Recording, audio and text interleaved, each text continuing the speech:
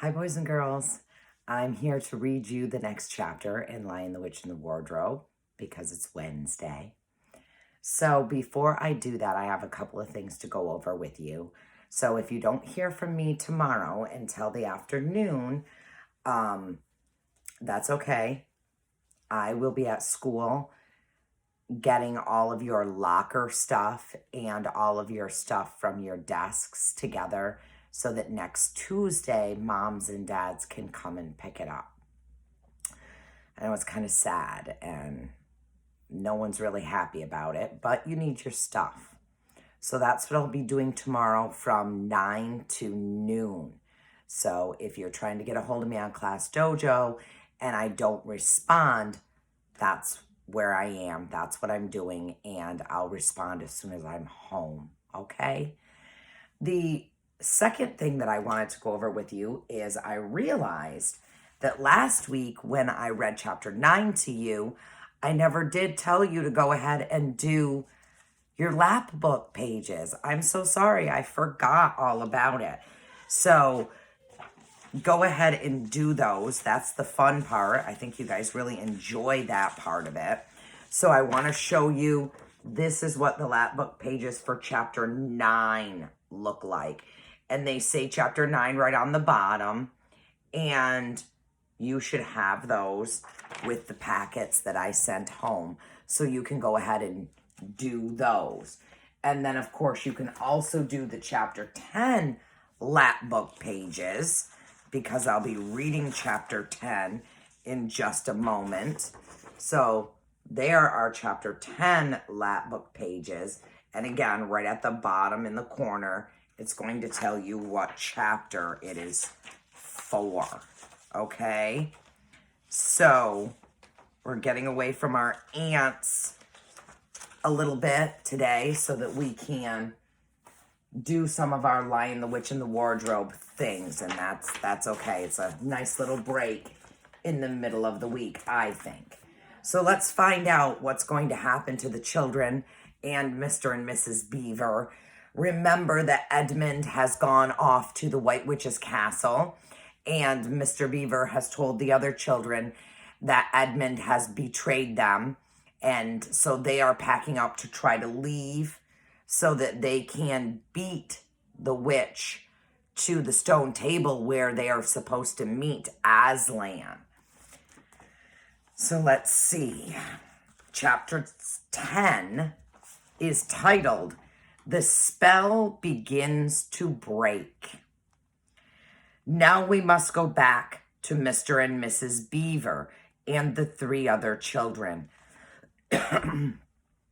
As soon as Mr. Beaver said there's no time to lose, everyone began bundling themselves into coats, except Mrs. Beaver, who started packing up sacks and laying them on the table and said, "Now, Mr. Beaver, just reach down that ham, and here's a pack of tea, and there's sugar and some matches. And if someone will get 2 or 3 loaves out of the crock over there in the corner." "What are you doing, Mrs. Beaver?" exclaimed Susan. "Packing a load for each of us, dearie," said Mrs. Beaver very coolly. "You didn't think we'd set out on a journey with nothing to eat, did you?" "But we haven't time," said Susan, buttoning the collar on her coat. "She may be here any minute." "That's what I say," chimed in Mr. Beaver. "Get along with you all," said his wife. "Think it over, Mr. Beaver. She can't be here for 1/4 of an hour at least." "But don't we want as big a start as we can possibly get," said Peter, "if we're to reach the stone table before her?" "You've got to remember that, Mrs. Beaver," said Susan. "As soon as she has looked in here and finds we're gone, she'll be off at top speed." "That she will," said Mrs. Beaver, "but she can't get there before her whatever, but we can't get there before her, whatever we do. For she'll be on a sledge and we'll be walking. Then have we no hope, said Susan. Now don't you get fussing. Now don't you get fussing there, dearie, said Mrs. Beaver. But just get half a dozen clean handkerchiefs out of the drawer. Course we've got a hope. We can't get there before her, but we can keep under cover and go by ways she won't expect, and perhaps we'll get through. That's true enough, Mrs. Beaver, said her husband. But it's time we were out of this. And don't you start fussing either, Mr. Beaver, said his wife. There, that's better. There's 5 loads, and the smallest for the smallest of us. That's you, my dear, she added, looking at Lucy. Oh, do please come on, said Lucy. Well, I'm nearly ready now, answered Mrs. Beaver at last, allowing her husband to help her into her snow boots. I suppose the sewing machine's too heavy to bring. Yes, it is, said Mr. Beaver. A great deal too heavy. And you don't think you'll be able to use it while we're on the run, I suppose. I can't abide the thought of that witch fiddling with it, said Mrs. Beaver, and breaking it or stealing it, as likely as not. Oh, please, please, please do hurry, said the 3 children. And so at last they all go outside and Mr. Beaver locked the door. That'll delay her a bit, he said. And they set off, all carrying their loads over their shoulders.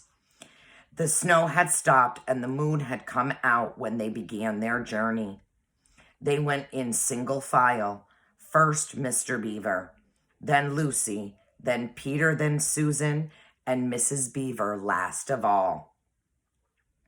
Mr. Beaver led them across the dam and on the right bank of the river, and then along a very rough sort of path along the trees right down by the riverbank. The sides of the valley, shining in the moonlight, towered up far above them on either hand. Best keep down here as much as possible, he said. She'll have to keep to the top, for you can't bring the sledge down here. It would have been a pretty even scene to look at it through a window from a comfortable armchair, and even as things were, Lucy enjoyed it at first. But as they went on walking and walking and walking, and as the sack she was carrying felt heavier and heavier, she began to wonder how she was going to keep up at all. And she stopped looking at the dazzling brightness of the frozen river with all of its waterfalls of ice, at the white masses of the treetops, and the great glaring moon, and the countless stars, and can only watch the little short legs of Mr. Beaver going pad, pad, pad, pad through the snow in front of her as if they were never going to stop. Then the moon disappeared and the snow began to fall once more. And at last, Lucy was so tired that she was almost asleep and walking at the same time when suddenly she found that Mr. Beaver had turned away from the riverbank to the right and was leading them steeply uphill into the very thickest bushes. And then, as she came fully awake, she found that Mr. Beaver was just vanishing into a little hole in the bank, which had been almost hidden under the bushes until you were quite on top of it. In fact, by the time she realized what was happening, only his short, fat tail was showing. Lucy immediately stooped down and crawled in after him. Then she heard noises of scrambling and puffing and panting behind her. And in a moment, all 5 of them were inside. "Wherever is this?" said Peter's voice, sounding tired and pale in the darkness. I hope you know what I mean by a voice sounding pale. "It's an old hiding place for beavers in bad times," said Mr. Beaver, "and a great secret. It's not much of a place, but we must get a few hours of sleep." "If you hadn't all been in such a fuss when we were starting, I'd have brought some pillows," said Mrs. Beaver. It wasn't nearly such a nice cave as Mr. Tumnus's, Lucy thought. Just a hole in the ground, but dry and earthy. It was very small, so that when they all lay down, they were all a bundle of clothes together. And what with that, and being warmed up by their long walk, they were really rather snug. If only the floor of the cave had been a little smoother. Then Mrs. Beaver handed round in the dark a little flask of which everyone drank something. It made one cough and sputter a little and stung the throat, but it also made you feel deliciously warm after you'd swallowed it. And everyone went straight to sleep. It seemed to Lucy only the next minute, though really it was hours and hours later, when she woke up feeling a little cold and dreadfully stiff and thinking how she would like a hot bath. Then she felt a set of long whiskers tickling her cheek and saw the cold daylight coming in through the mouth of the cave. But immediately after that, she was very wide awake indeed, and so was everyone else.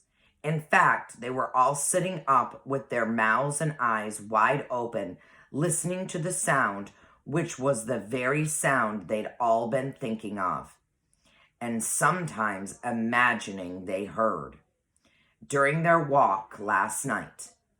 It was the sound of jingling bells. Mr. Beaver was out of the cave like a flash the moment he heard it. Perhaps you think, as Lucy thought for a moment, that this was a very silly thing to do, but it was really a very sensible one. He knew he could scramble to the top of the bank among bushes and brambles without being seen, and he wanted above all things to see which way the witch's sledge went. The others all sat in the cave waiting and wondering. They waited nearly 5 minutes. Then they heard something that frightened them very much. They heard voices. "Oh," thought Lucy, "he's been seen. She's caught him." Great was their surprise when, a little later, they heard Mr. Beaver's voice calling to them from just outside the cave. "It's all right," he was shouting. "Come out. Mrs. Beaver, come out. Sons and daughters of Adam. It's all right. It isn't her." This was bad grammar, of course, but that is how beavers talk when they are excited. I mean, in Narnia. In our own world, they usually don't talk at all. So Mrs. Beaver and the children came bounding out of the cave, all blinking in the daylight, and with the earth all over them, and looking very messy and unbrushed and uncombed, and with the sleep in their eyes. "Come on," cried Mr. Beaver, who was almost dancing with delight. "Come on and see. This is a nasty knock for the witch. It looks as if her power is already crumbling." "What do you mean, Mr. Beaver?" panted Peter as they all scrambled up the steep bank of the valley together. Didn't I tell you, answered Mr. Beaver, that she'd make it always winter and never Christmas? Didn't I tell you?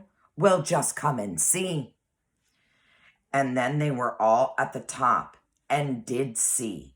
It was a sledge, and it was reindeer with bells on their harnesses. But they were far bigger than the witch's reindeer, and they were not white, but brown. And on the sledge sat a person whom everyone knew the moment they set eyes on him.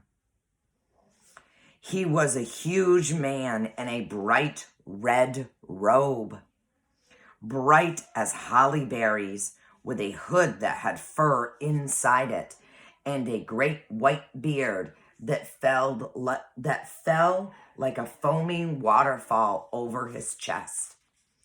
Everyone knew him because, though you see people of his sort only in Narnia, you see pictures of them and hear them talked about even in our world, the world on this side of the wardrobe door. But when you really see them in Narnia, it is rather different.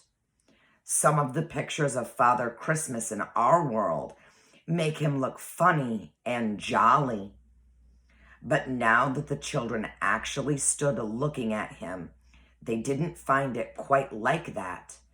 He was so big and so glad and so real that they all became quite still. They felt very glad, but also solemn. I've come at last, he said. She has kept me out for a long time, but I have got in at last. Aslan is on the move. The witch's magic is weakening. And Lucy felt running through her that deep shiver of gladness, which you only get if you are being solemn and still. And now, said Father Christmas, for your presents. There is a new and better sewing machine for you, Mrs. Beaver. I will drop it at your house as I pass. If you please, sir, said Mrs. Beaver, making a curtsy. It's locked up. Locks and bolts make no difference to me, said Father Christmas. And as for you, Mr. Beaver, when you get home, you will find your dam finished and mended, and all the leaks stopped, and a new gate fitted. Mr. Beaver was so pleased that he opened his mouth very wide and then found he couldn't say anything at all.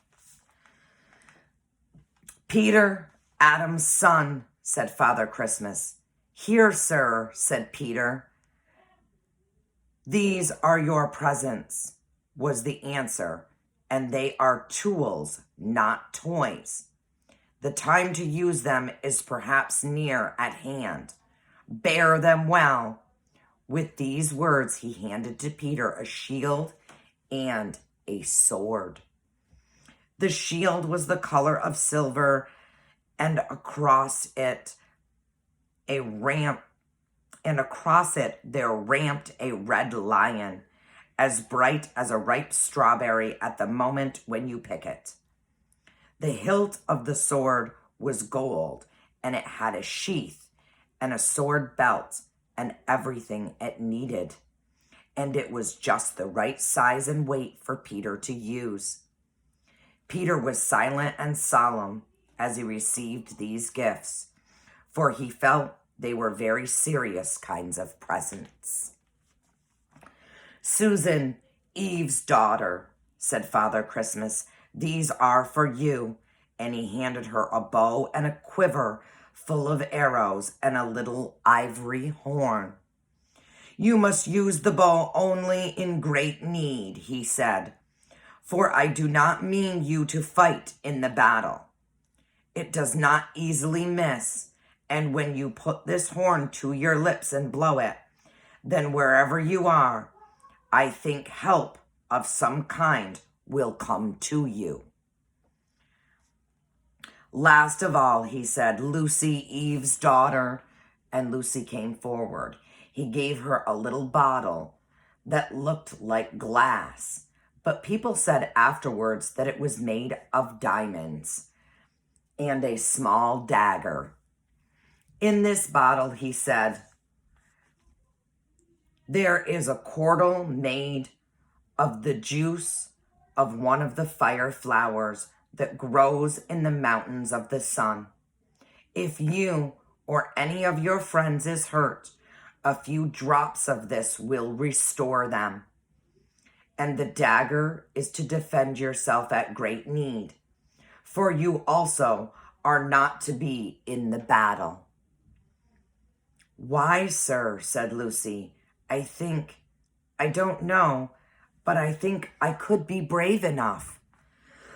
That is not the point, he said, but battles are ugly when women fight. And now, here, he suddenly looked less grave. Here is something for the moment for you all. And he brought out, I suppose, from the big bag at his back, but nobody quite saw him do it, a large tray containing 5 cups and saucers, a bowl of lump sugar, a jug of cream, and a great big teapot of sizzling, piping hot tea. Then he cried out, Merry Christmas! Long live the true king! And cracked his whip, and he and the reindeer and the sledge and all were out of sight before anyone realized they had started. So Father Christmas is in.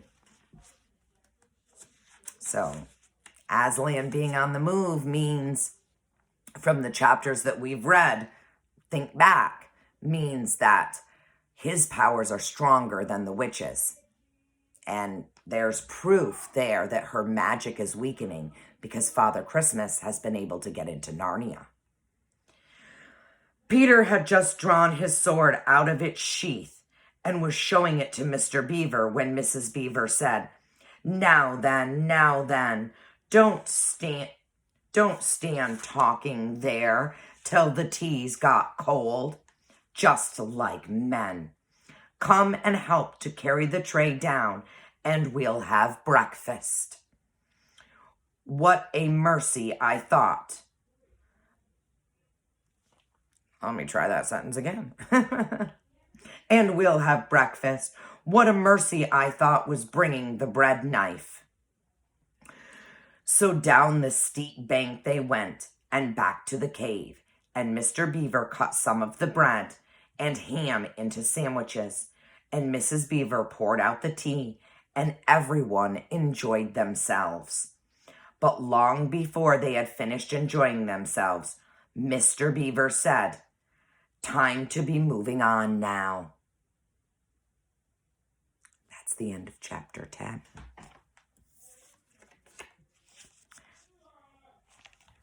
So there was a hint in chapter 10 that the children and possibly Mr. and Mrs. Beaver and some others are going to be in a battle. Who do you think they're going to be battling? That's the question I have for you. So I only have I only have one question for you. And it's, who do you think the children are going to be battling in this battle that Father Christmas mentioned? And then I want you to tell me a little bit about the beginning, a little bit about the middle, and a little about the end of chapter 10. Okay, so beginning, middle, and end. You can go ahead and put that right in a Google Doc, and you can send it to me. And that's all I have for you for today, because I'm not going to be available from 9 to noon.